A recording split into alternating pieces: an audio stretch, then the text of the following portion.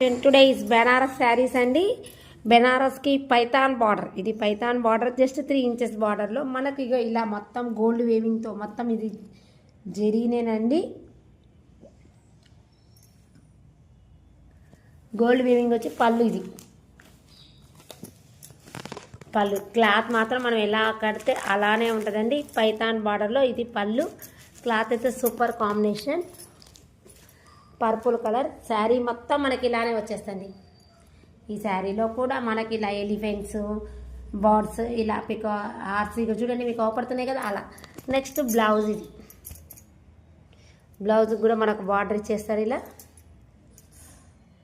ఇది బార్డర్ ఇచ్చేసాడు. మొత్తం శారీ మొత్తం బ్లౌజ్ మొత్తం బూటీ.